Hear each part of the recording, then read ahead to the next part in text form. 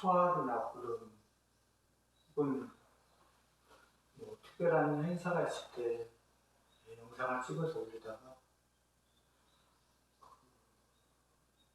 또 이렇게 올리는 것도 사실 기약할 수 없는 거잖아요. 그래서 할 수 있을 때 조금 더 하려고 이렇게 올립니다.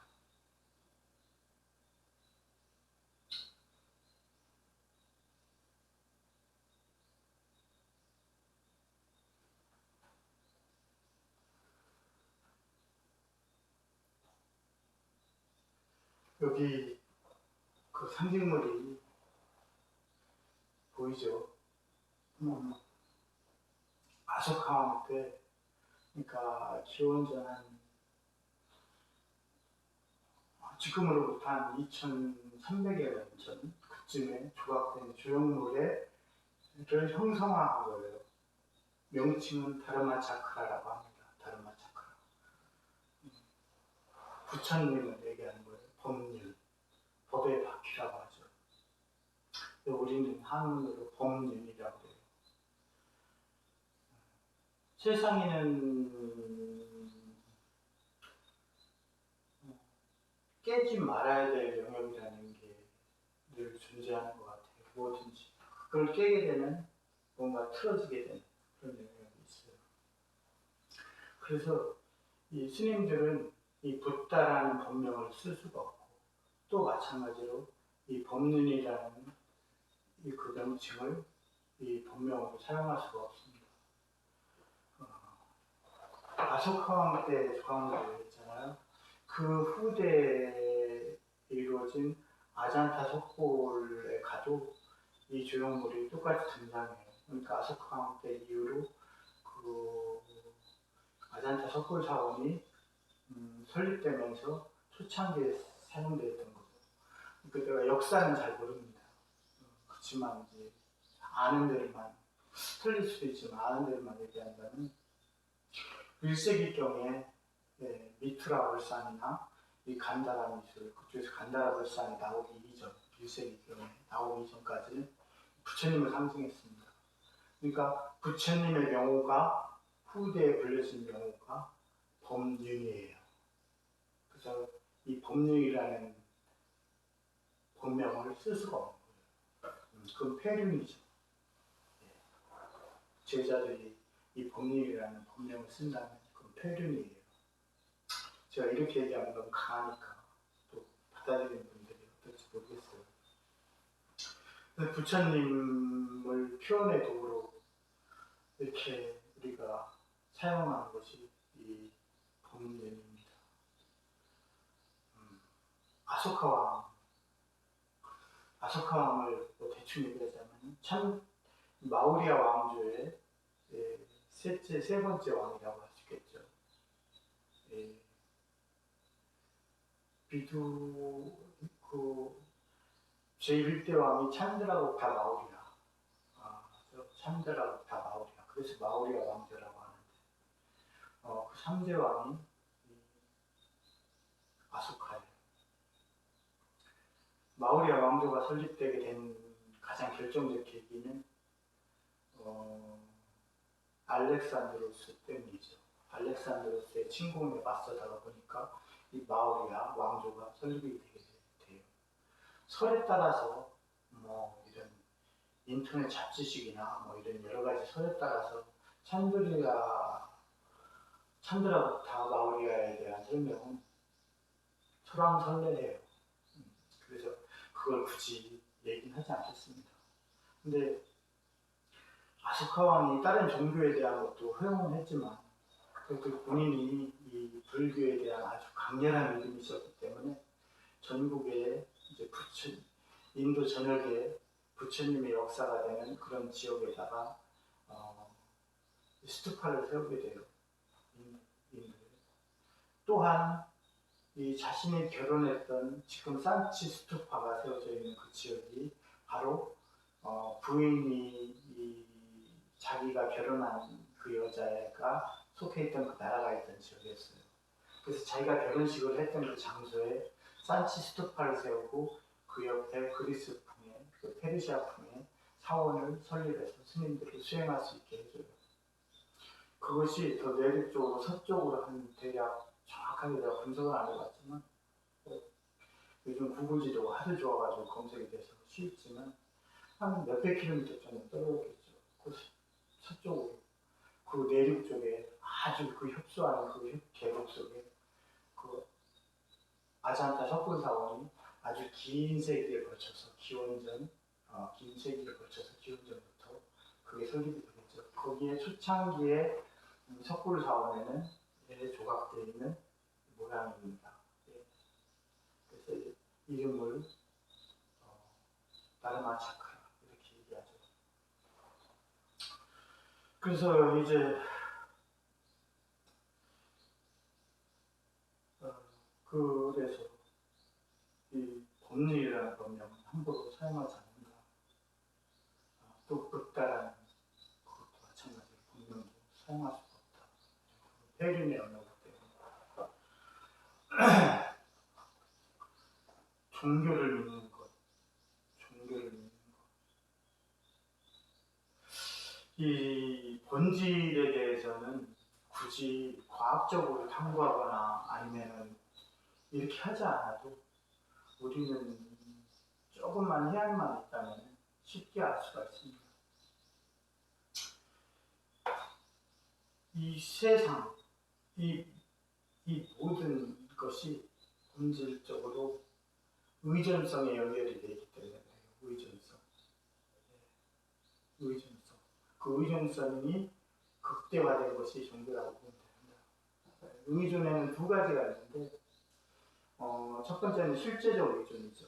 뭐냐면은 저 나무가 저기에 있는 거예요. 그럼 저 나무 옆에 있는 이 주변 배경이라든가 이런 것들 있잖아요. 그것에 대한 의존이죠. 예. 우리 절에 저 소나무는 바위에 자라기 때문에 이렇게 막 높게 솟아가지고 이렇게 자라지 못했어요. 그것이 의존되는 바에 따라서 저것이 저 나무가 저렇게 자란 것이죠. 마치 이런 것처럼 저 우주에 있는 모든 미세먼지, 그 별들, 그 모든 것들이 마치 실제적 의존성에 기인한 것이에요. 두 번째는 가상적 의존이에요. 가상적 의존. 이것이 아주 인간의 아주 특성을 아주 적나라하게 제기한 것 같아요. 우리가 어떤 사업을 하거나 이러잖아요. 그럼 미래에 대한 기대치를 두고서 사업을 합니다. 그게 될지 안 될지는 누구도 모르는 거예요. 마치 비유하자면 그렇다는 거예요. 그것과 같이 아주 넓게 굉장히 많은 각가지의 다양한 가상의 의존, 그것의 의존성을 가지고서 내재하고서 살아가요. 의존에는 이 두 가지가 있거든요. 실제적 의존과 가상 의존 두 가지 되거든요. 이것들이 빅뱅 그 이전에도 그렇고 빅뱅이 난 그 이후에도 그 사람을 얘기하는 게 아닙니다. 모든 세계에서 그게 내재되어 있었던 것이에요. 그것이 뭐냐면 조건의 주어짐 안에 의존성은 본질적이라는 거. 그걸 얘기하고 싶어요. 인간의 의존성이 그 중에서도 가장 상위의 단계라고 할 수가 있겠죠. 지각 인식 능력이 극대화로 해서 우리가 형상화를 하고 그렇게 되죠. 그러다 보니까 여러 가지 많은 전반적인 것들이 일어나죠. 결국엔 그 의존성을 따라서 오온이 있는 거예요. 그걸 우리는 세상이라고 부릅니다. 색수상행식 그것 때문에 그렇게 그랬습니다. 그리고 그것을 가리켜서 우리는 고우상부어라고 얘기합니다. 불교에서. 불교적으로. 그래가지고 일단 종교적으로 보자면 불교를 얘기할 수가 있는데 불교에서 승상하는 그리고 스승으로 생각하는 분은 단 한 분이죠. 샤키야무니 붓다. 서가모니 부리죠. 샤키야무니 붓다. 샤키야무니 붓다십니다. 근데 그것이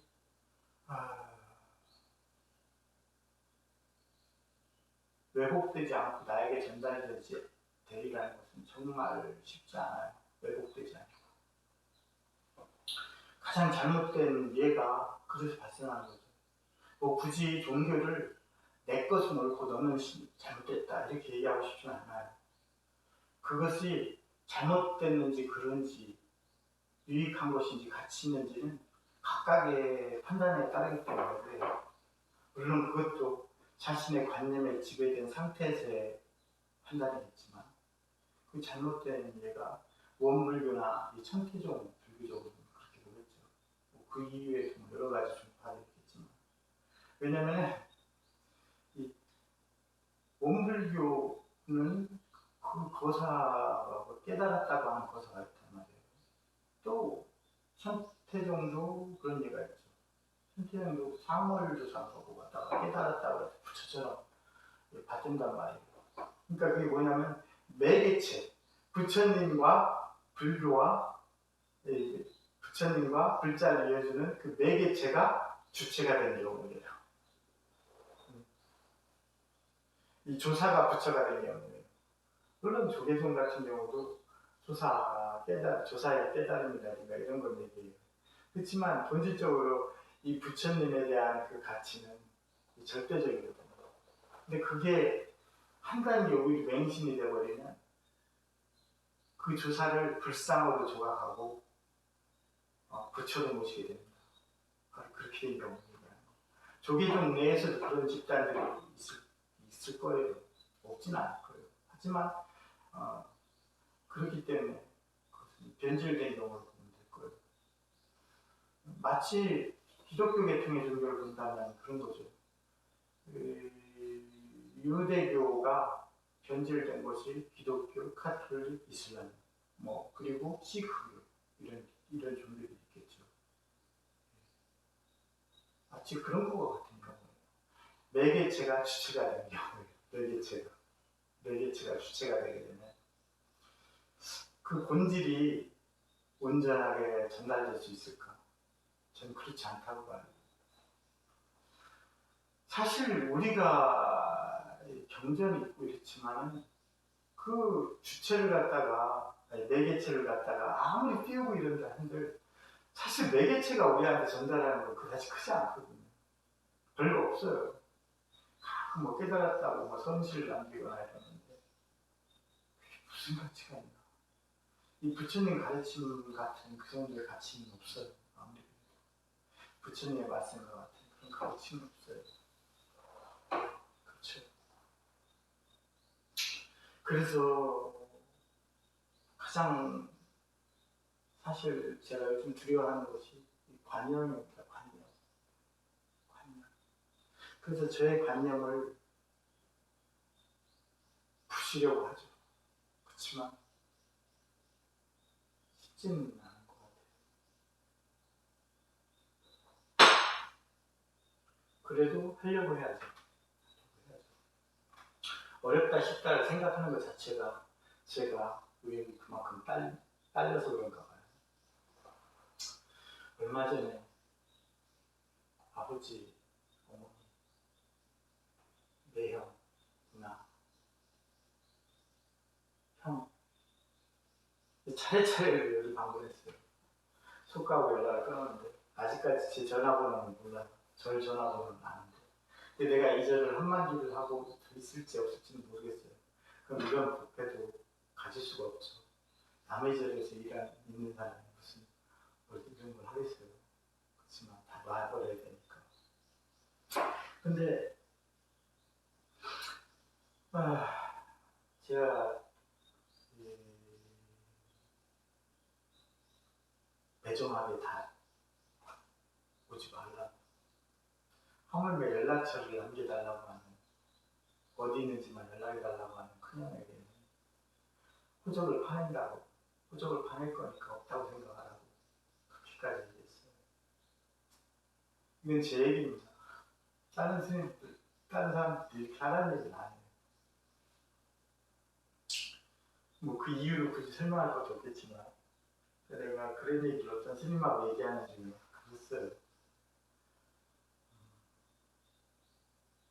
조계종의 스님으로 사는데 참 스님이라는 용어가 다른 말로는 뭔지 아세요? 스님은 두 가지로 구분이 됩니다. 두 가지로 구분이 돼요. 뭐 넓게는 승에는 승가람 안에 머무는 사람을 스님이라고 한단 말이에요. 승가람. 그렇게 보면은 더 넓어지겠죠. 한 5개가 되겠죠. 왜냐면 비구, 비구니, 삼인이, 식차만하니 이렇게까지 5가지가 되겠지만 승가람 안에 머무는 사람을 스님이라고 하니까. 그렇다 해도 정식은 실제로 정식 3인이 식차만하니는 예비스님이거든요. 정식 스님이라고 할 수 있는 사람들은 딱 2종류예요. 비쿠, 비쿠니예요. 비쿠, 비쿠니. 근데 바깥에서는 뭐 그것에 대해서 굳이 저기 하지는 않을 거예요. 그렇지만 저한테는 그게 자긍심이거든요. 그래서 어떤 한 스님하고 대화할 때 제가 그런 얘기를 했어요. 내가 비쿠로 죽을 수 있는 게 그게 유일한 희망사입니다. 내가 그래도 죽을 때 비쿠로 죽을 수 있어야 되는 거니까. 이 비쿠는 뭘 가리키냐면 이 비구계를 서약한 사람을 그리고 서약할 조건을 갖추고 그 서약을 한 사람을 비구라고 부릅니다. 비구니는 비구니계를 서약할 자격을 지니고 그 서약한 사람을 비구니라고 해요. 이 우리나라에는 조계종밖에 없습니다. 조계종밖에 없어요. 왜? 그냥 내가 받고 싶다고 해서 비구계를 받는 게 아니라 그 자격 조건이 돼야 되기 때문에 자격 조건이 돼야 되기 때문에 그분들을 가리켜서 스님이라고 하는 거예요. 승복을 입었다고 스님이 아니라 승복을 입었다고 스님이 아니라 요즘 날에는 조계종도 편의를 위해서 이렇게 통합하는 그런 차원에서 간소화하는 절차를 거쳤죠. 예전에는 제가 출가한 지 20년 좀 넘었으니까 이제 오래되지 않았잖아요. 하지만 예전에는 비구계, 비구니계, 그리고 삼위계, 삼민이계, 식차만하니계, 포사를 따로따로 했습니다. 각각. 근데 지금은 보살계라는 이름으로 그냥 같이 하죠. 여기 팔에 보면 남자는 왼손에 점이 3개가 있어요. 이게 삼위계, 보살계, 비구계입니다. 여자 스님들은 여기 4개가 들어갈 거예요. 왜? 식차만하니가 들어가니까. 식차만하니 계가 들어가니까 4가지 점이 있을 겁니다. 이 계를 서약할 때 하거든요. 연비를 하거든요. 그래서 그런 분을 가리켜서 스님이라고 칭하죠. 그래서 승복을 입었다고 그냥 스님이라고 칭하지 않죠. 그것에 대한 자긍심에 대해서 그 스님하고 그런 얘기를 했어요. 죽을 때는 어떻게 죽든 무슨 상관입니까? 내가 될 수 있으면 조계종 절 안에서 죽어야 내가 그래도 죽을 때 스님으로 죽는 게 아닌가. 그러면서 그 스님한테 그런 얘기를 했어요. 강요는 아니지만 누구한테나 다 강요하는 건 아니지만 그게 아니라면 내가 출가한 것 자체를 후회하게 될 것 같아. 내가 만약에 천태종이나 태고종이나 아니면 원불교나 이런 데를 내가 출가했다면 저는 후회를 감당할 수 없을 거예요. 그리고 반드시 환송했을 겁니다. 제가 능력이 좋아서 그런 것도 아니고 그렇지만 환송했을 겁니다.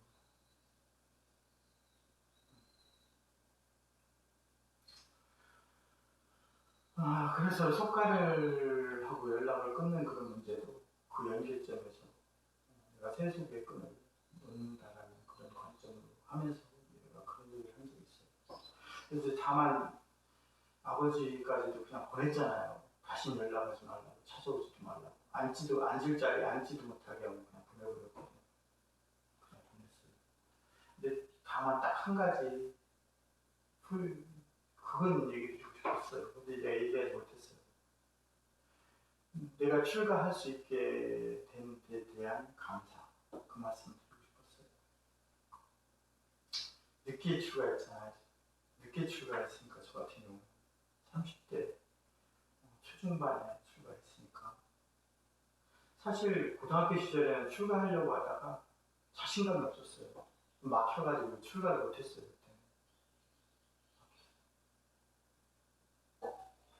그래도 후에 세속의 삶을 살면서 이 출가의 길이 그거밖에 안 보였어요. 사실 어렸을 때는 종교라는 걸 많이 갔잖아요. 근데 이 조건지어짐의 틀이라는 것이 나를 이렇게 이끄는 것 같아요. 저는 어렸을 때 애들하고 사탕 받으러 막 교회에 다 갑니다. 한 번씩은 다 가봤을 겁니다. 어린 나이에. 가면 애들끼리 다 모여있거든요. 내 종교에 대한 비하는 아닙니다. 근데 난 그 사람들의 기도하는 모습이 정신이 나간 사람들 같았어요. 자기 혼이 빠져나간 사람.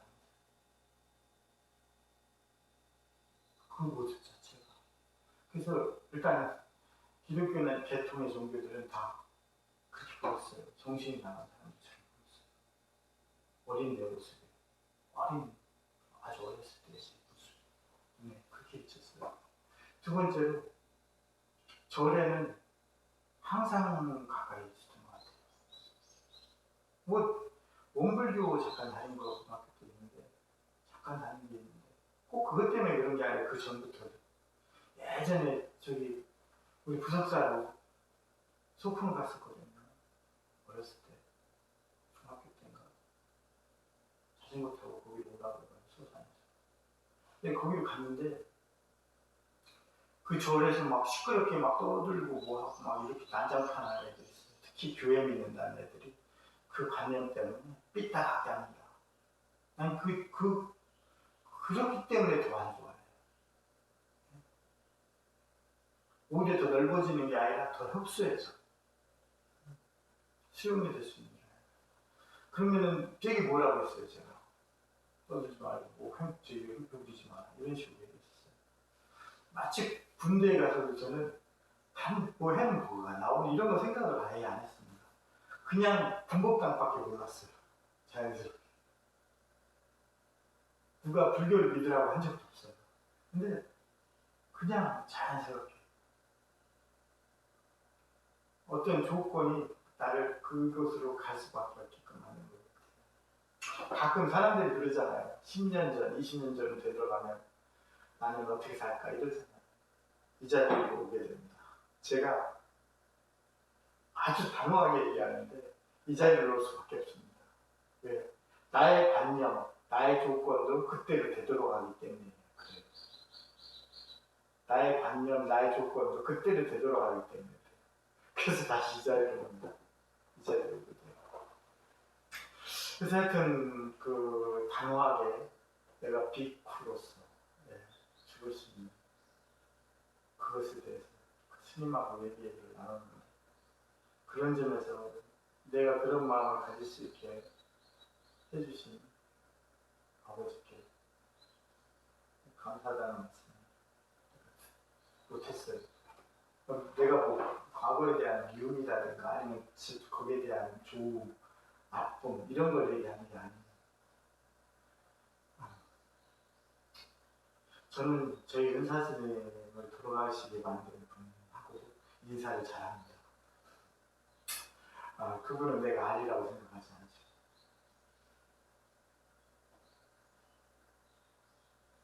다만 이런 것만 있죠. 사람들은 안 좋은 거든 안 좋은 것이더라도 그것을 해결한다는 어떤 목적, 굳이 다시 접할 기회가 없는데 그걸 해결하려는 목적으로 꼭 부딪히려고 해요. 될 수 있으면 저는 안 좋은 조건을 다 걷어내려고 하는 편에 속해요. 안 좋은 조건은 내 주변에서 다 걷어내려고 하는 스타일. 그런 좀 맞추죠. 관념. 그래서 관념에 대한 부분을 얘기하자면 관념이라는 것 정말 어렵죠. 관념은 변화도 어렵고 바꾸는 것은 거의 0%에 가까워요. 붙다 부처님 한 분만 바꿀 수 있을 뿐이에요. 나머지는 바꿀 수가 없습니다. 그래서 변화를 그나마 유도하는 거거든요. 불교에서 불자들에게 혹은 부처님 가르침을 정복하는 과정에서 변화를 유도하는 편입니다. 뭐 그것을 그냥 유도를 할 뿐이지 그 사람의 나가고자 하는 방향일 뿐이죠. 그건 어쩔 수 없어요. 그런 면에서 법회를 하고 이렇게 하고 요구하는 곳에 이렇게 하는데 굳이 뭐 불교에 관심 없는 사람들한테까지는 얘기하고 싶지 않아요. 관념이라는 건 정말 어렵거든요. 사람은 정말 바꿀 수가 없어요. 사람은 바꿀 수 없습니다. 하물며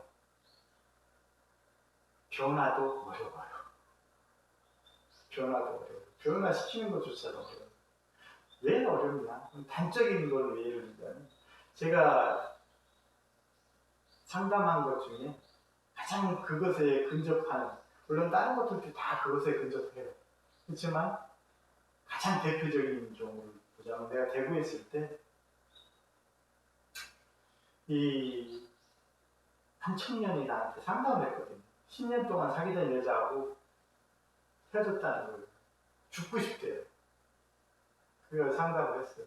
상담을 전문가라고 제가 스스로 자신할 수는 없지만 웬만한 것 정도는 상담으로 다 대화로 다 풀어줄 수 있습니다. 내가 물질적인 거 뭔가를 채워주는 건 그런 건 불가능해요. 때가 없으니까. 그렇지만 대화로 풀 수 있는 건 다 풀어줄 수 있습니다. 고민이라든지 모든 웬만한 이제 뭐 여러 가지 여타 관련된 그런 것 고민들을 다 풀어줄 수 있어요. 근데 왜 그 얘기를 하냐면 10년이라는 시간이잖아요. 그 여자와 보낸 10년이라는 시간. 그것이 나의 관념을 이루기 때문에 그래요.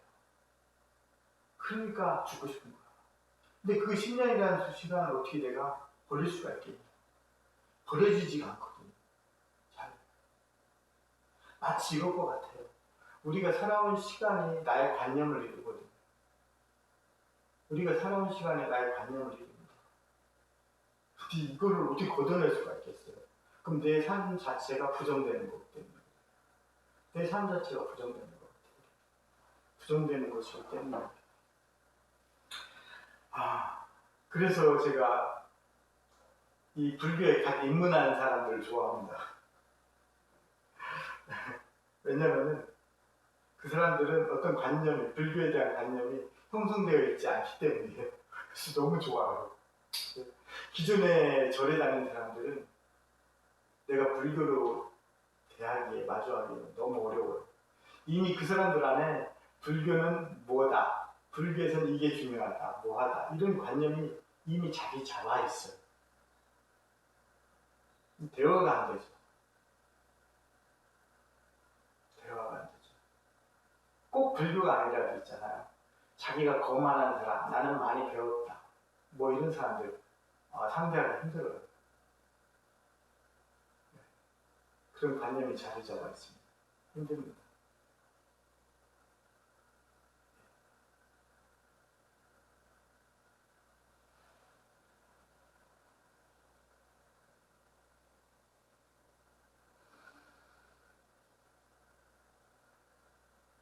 저번 법회에도 말씀드렸지만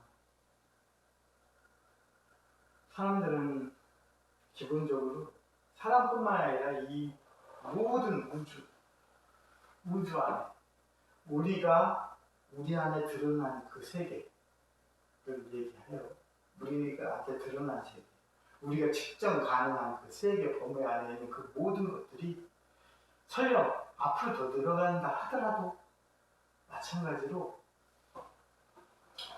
이 오온을 벗어나지 못합니다.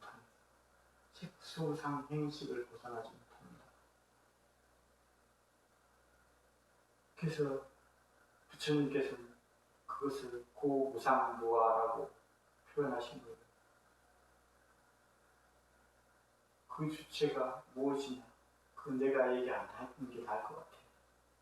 그래야 조금이라도 생각해 볼 수 있으니까. 불교는 그냥 의존성에 매개한 그런 종교의 개념이 아니라 본질적인 차원의 것을 얘기하는 종교입니다. 그래서 내가 나아갈 바를 어느 정도 규정해주고 그걸 통해서 구현되는 것, 그것에 대한 가치를 얘기하는 겁니다. 물론 다른 것도 그렇게 얘기할 수 있을지 모르겠지만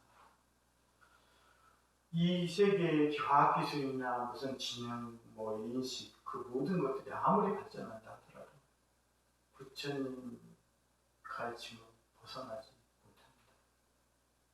아무리 넓어져 봐야 그 안에서 절대로 벗어나지 못해요. 다만 또 이렇게 얘기하면 내가 참 그런 게 있어요.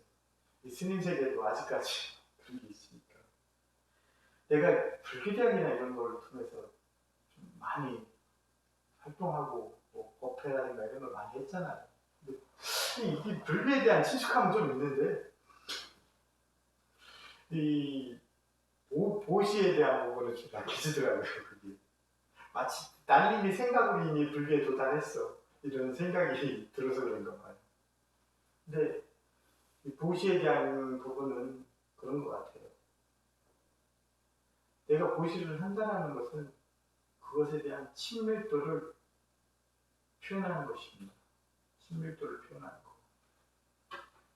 말만 떠드는 사람들은 오히려 불교를 안다는 사람들은 불교를 비판하거나 허투루대하거나 아니면 이런 데 많이 사용되는 예를 많이 들었어요. 봤어요. 그래서 좀 그 부분이 너무 씁쓸했어요. 내가 뭔가를 알리는 법에 대해서 불교에 대해서 친숙할 수 있게는 해줬는데 이게 이 사람들이 부처님 우리는 다른 게 아니라 우리가 보시를 받고 이런 게 우리가 먹고 잘 살라고 하는 그런 게 아니라 부처님 전법에 이 수레바퀴를 계속 돌릴 수 있게 하는 거거든요. 이 원동력이거든요. 그것이 원동력으로 삼아야 되는 거거든요. 물론 잘못된 일도 있어요. 잘못된 일도 있지만 원천적인 건 그렇단 말이에요. 근데 거기에 대한 힘을 실어주지 않아.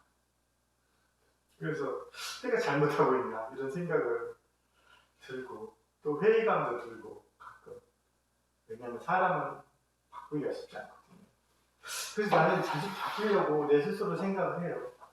제가 불과 얼마 전까지는요 이 명칭을 칼라차크라라고 명칭했습니다. 칼라차크라라는 건 이제 힌두교 브라만들이 사용하는 용어예요. 티베트 불교에도 칼라차크라라고 한다고는 들었어요. 정확한지 모르겠지만 칼라차크는 윤회의 바퀴예요. 법의 바퀴가 아닙니다. 불교적인 명칭은 다르마차크라라고 해요. 그래서 그것을 정확히 알아야 됩니다. 우리가 지금 내가 유튜브에 지도에 다 각각 표시를 해놔서 그 인터넷에 띄우면 좀 이렇게 보여줄 수가 있겠는데 그게 안 되니까 이 아스카왕 시대에 그 칭하던 명칭들도 다 다르마예요. 다르마, 칼라차크라 이런 거는 다 외도의 명칭입니다. 외도의 명칭. 내가 왜 그 얘기를 하냐면 내가 그렇게 오랫동안 칼라차크라라는 명칭을 사용했지만 이것이 아니다라는 생각이 든 순간 그냥 버려버렸어요. 이게 돼야 되거든요. 근데 지식을 추구하는 사람들은 그걸 못 버립니다. 자기가 배운 경전이 아무리 잘못됐다라는 얘기를 누가 하고 아무리 그걸 알게 됐다 하더라도 그걸 버리지 못해요. 이만큼 관념이라는 것은 정말 힘듭니다. 바꾸기가. 근데 그런 측면에서 내가 전법 활동이나 이런 걸 했지만 들을 때만 고개를 끄덕이고 되돌아가서 사는 모습은 다시 그대로예요.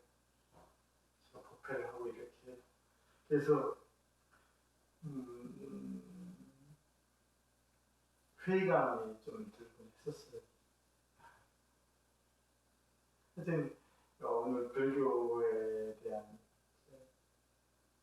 이 조각물에 대해서 그냥 이 조각물을 통해서 종교적인 전반적인 것, 그리고 그걸 통해서 이제 관념이라는 걸 설명하고 그렇게 하고 싶었어요. 우리가 종교를 갖는 것이 바로 그런 거거든요. 그 종교가 유익한가 안 유익한가, 그 종교를 통해서 우리가 가치 있고 유익하고 정말 이런 관념을 우리 안에 알아 새기는 거거든요. 그게 새겨져야 됩니다. 왜? 그것은 그 밭의 토양과도 같아요. 그게 자양분을 이루기 때문에. 근본을 이루기 때문에. 거기에서 꽃이 피고 뭐가 자랄 수 있는 거예요. 근데 우리가 관념 자체를 그 근본을 못 바꾸면 거기서는 아무것도 자라지 않습니다. 자랄 수가 없어요.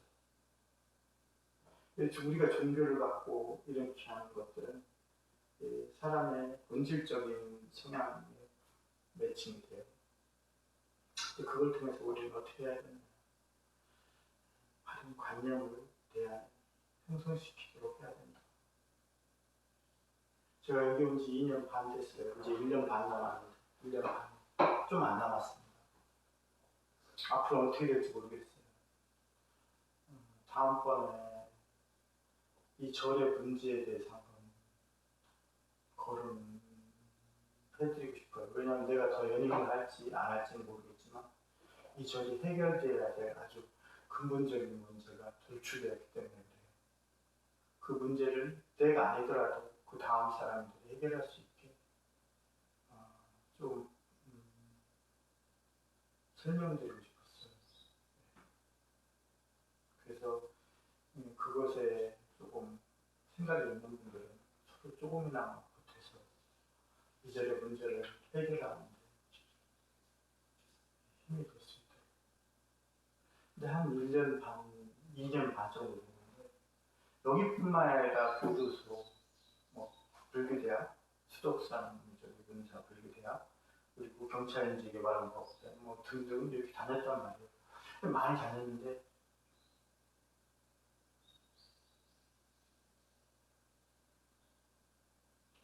그것에 대한 물론 기대라든가 이런 걸 갖는다는 것 자체가 미혹하고 또 중생심이지만 그런 건 있잖아요. 내가 어떤 일을 할 때는 그만한 가치가 있어야 되잖아요. 근데 그 가치를 잘 못 느끼겠더라고요. 이 절에 와서 그 법회도 마찬가지로.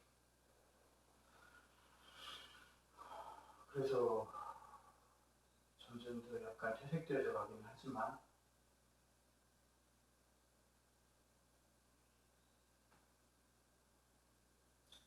내가 어떤 의존성 이런 것들이 기본적으로 갖고 우리가 종교를 갖게 되는데 그 근간은 가장 중요한 것은 무엇에 있느냐? 나의 관념을